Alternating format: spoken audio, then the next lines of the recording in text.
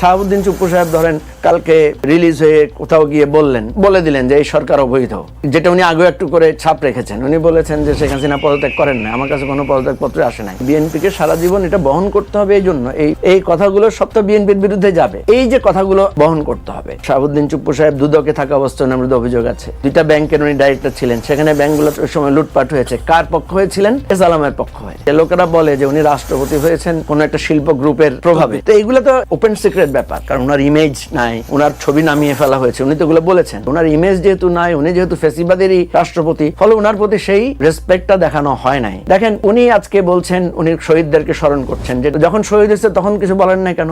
এই রাষ্ট্রপতি দেখবেন সুযোগ পাইলে কোন একদিন বলবে যে কিভাবে ওনাকে পদত্যাগ করানো হয়েছে। শাহাবুদ্দিন চুপ্পু সাহেব কিন্তু নিজেও চান নাই রাষ্ট্রপতি হইতে। উনি শেখ হাসিনার কাছে গিয়েছিলেন এমপি ইলেকশন করতে, একটা পারমিশন নেওয়ার জন্য, আমি এমপি ইলেকশন করতে চাই, আমি একটু পাবনা যাব। আবেদনের জন্য উনি শেখ হাসিনার অ্যাপয়েন্টমেন্ট চেয়েছিলেন। পরে অনেকদিন পরে শেখ হাসিনা ওনাকে অ্যাপয়েন্টমেন্ট দিয়েছেন, সেখানে উনি গিয়েছেন বলার জন্য যে নেত্রী আমি ইলেকশন করতে চাই। এই কথা উনি সাহস করে বলবেন যে না, আপনি আর যাওয়ার দরকার নেই, আপনাকে কাজ দিব আমরা।